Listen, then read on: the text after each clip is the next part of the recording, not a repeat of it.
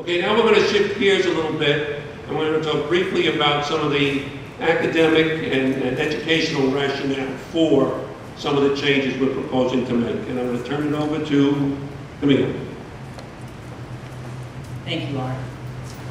There's a quote up here on the screen, and it comes from this book, Good to Great. Maybe some of you have seen it. It's written by Jim Collins. He's a Stanford faculty member and a business management leader. And essentially, he goes through in this book what makes good companies great companies.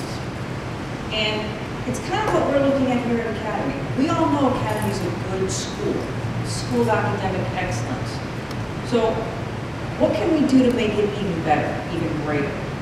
Because something he recognized in the book is companies that didn't continue to improve upon themselves eventually led to their demise. And this is something that all good companies do. They continue to improve. So continual improvement, we've done that already with a few things in the strategic plan. Last year we added the athletic fields. We upgraded the kitchen in here. We implemented the block schedule. These are all things that we've done to improve upon this good school that we have. Now we're moving forward in the master plan to improve on the greatness of our school. We've got this beautiful master plan that Art has unveiled and will continue to unveil to you tonight.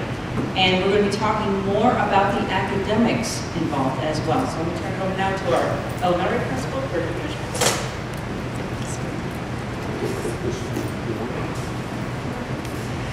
At your tables, you'll find a copy of the slide that's behind me. And we use the term, and have used the term, I know since I've been here, 21st century education. And some of you may be wondering, well, what does that mean? So this shows a continuum. On the left-hand side is what would be considered a 20th century education. On the right-hand side, the 21st. And it's broken into pieces.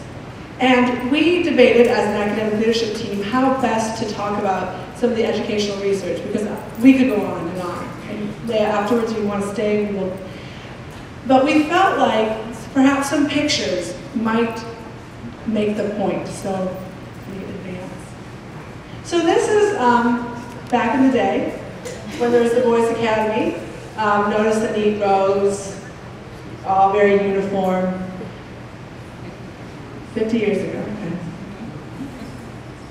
And now we're going to show you some pictures. I'm going to try not to talk. That's very hard for me, you know that. To just show you, we just want you to scroll through the images and you'll see these next pictures are today.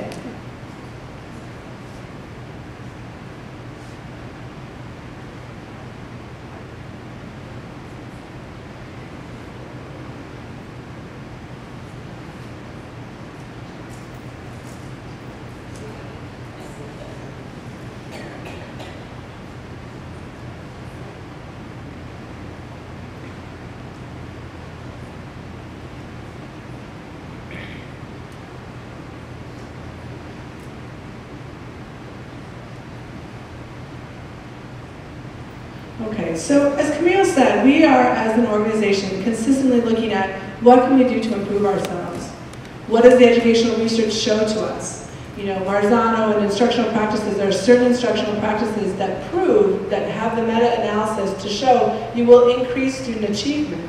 And so we as a faculty and as an organization have looked at those things, and we continue to look at those things. And I think it shows a very stark contrast, the rows, right? Versus children trying to find any space where they can collaborate, be comfortable, and work. And so here we juxtapose, you know, back in the 70s, I think was the learning lab, was that what? Or 60s, when the learning lab, we were going to get this new technology for a language lab, and we put partitions up, and I'm not sure we should do that. Could be a little tricky. But now, looking back at that, it's like, that was nothing, right? And now we're so blessed to have the Collab Lab in the main building where kids can collaborate. It's like a room without a front. You know, teachers not in the front of the room. The kids are driving the bus there. And even when we think about the workplace, many of you in the room I feel could probably relate to this, where it used to be cubicles, and now it's very open.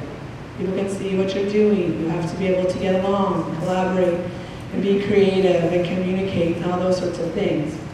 In the last several years, we've made a lot of updates to the technology that supports best practices. And I think the pictures show that we needed to address the structural facilities. And so, without further ado, here's Art again to take you through the master plan.